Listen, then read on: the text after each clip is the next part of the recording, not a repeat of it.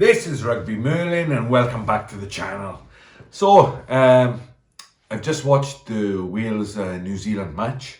I have a headache, obviously. I got to be honest, this is one of the first matches that I've watched Wales this November series. We're really struggling, but there were some plus points and, ultimately New Zealand got a very big win. But yeah, it was an interesting match, so let's get into it. A lot of changes for both teams, particularly New Zealand. I think they had a bunch of changes, like 12 changes. So it looks like New Zealand were kind of packing their bags on the way back home. Not a very successful November series for them, and Reza is under a lot of pressure. But good opportunity for Wales to take the initiative and actually, put a bit of a performance in for the last game of this November series. So I will say from the off, Dewi Lake is captain, Captain Jack, as is our misfortune, got injured and he's out. So Dewi Lake takes over the captaincy. He's looking very fit, looking trim. And I will say, from my perspective, as a rugby player in the past, you can be talented, but if you're not fit, then it doesn't really matter. So, it looks like Tandy already and, the players individually are getting themselves in good shape. So, that's going to be a benefit to Wales if they're going to pull themselves out of this slump. There is a kind of controversial issue in this match, and that's the lady who is refereeing the match. So I haven't watched too many games with a female referee. Referees are not the best, not your friend at the best at times. But yeah, I was interested to see how this one would go. But she is Scottish, so that kind of balances out the kind of evil. So yeah, I was interested to see how the refereeing decisions would go. There's been a lot of red cards, a lot of yellow cards in this November series. So let's go. So from the off, it was very nice to see Tandy, Steve Tandy, in the coach's box. He's a Welshman, and I got to be honest, as being Welsh myself, it's very nice to see a actual Welshman in the box. We've had a lot of different nationalities coaching the Welsh team, but I don't think you can really win or lose. You do it together, and I gotta be honest, I'm a big fan of what New Zealand does in terms of they only hire coaches who come through their own system and who are actually New Zealanders, and I think that makes a big difference.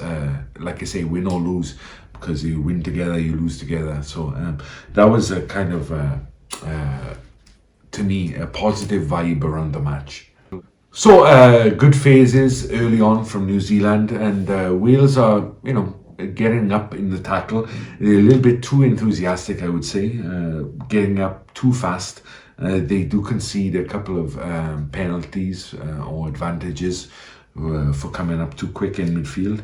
But Clark gets over, and Caleb Clark, who I've been a fan of for a while now, I guess, since I've been doing this channel, and I've enjoyed watching his development as a player and as a man, really, because he's very young when he burst on the scene. But he had an outstanding game today, and he's a real good player, and he gets over for New Zealand's first try. So 7-0 to New Zealand. Wales do get the ball, and when they did have the ball, they looked very dangerous. You've got to be honest, and in that red zone, they were very, very effective. Zamet looks like he has something to prove when he pulls on that Welsh shirt, and he makes a couple of big plays.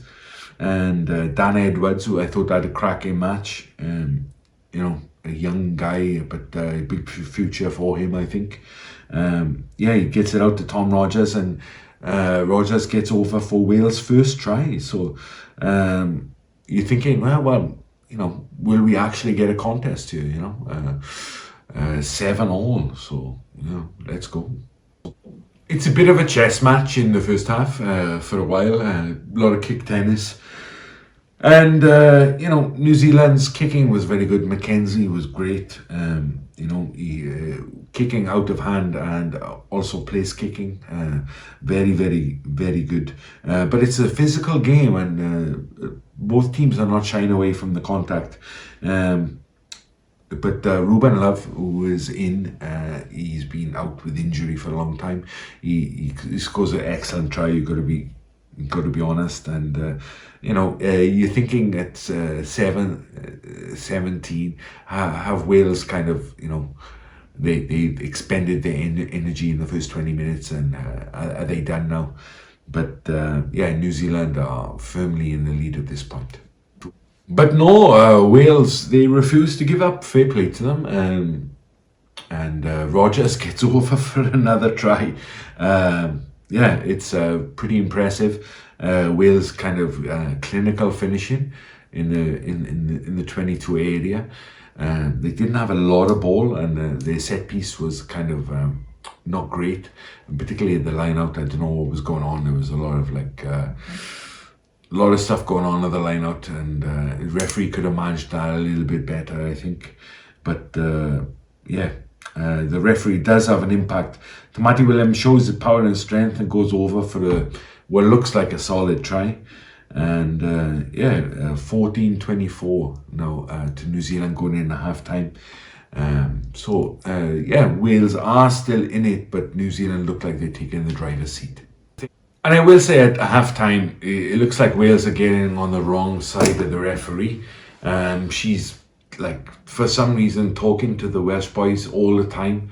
As soon as they got a crooked toenail, she's like, "Oh, okay, one more time," and she's busting to give them a yellow card, it seems.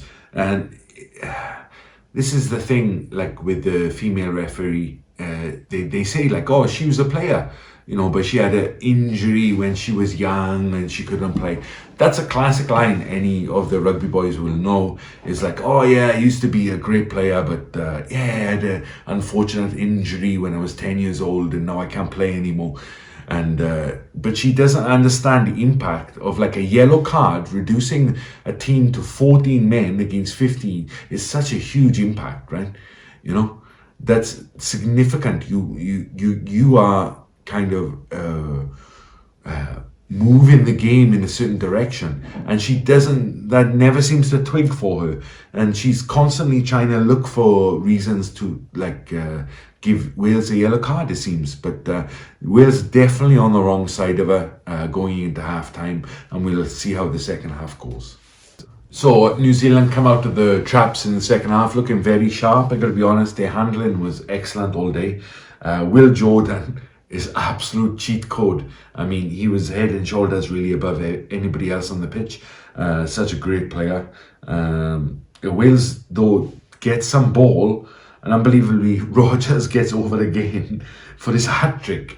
And you're like, what is going on? This guy is blessed, and it's 21-24. So Wales somehow, without any ball, have managed to get back into this match.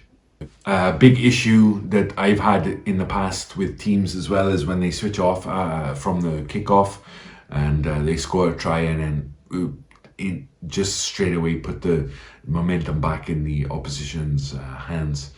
And that happens. Plumtree, I gotta say, he is a donkey, but he put in some good work.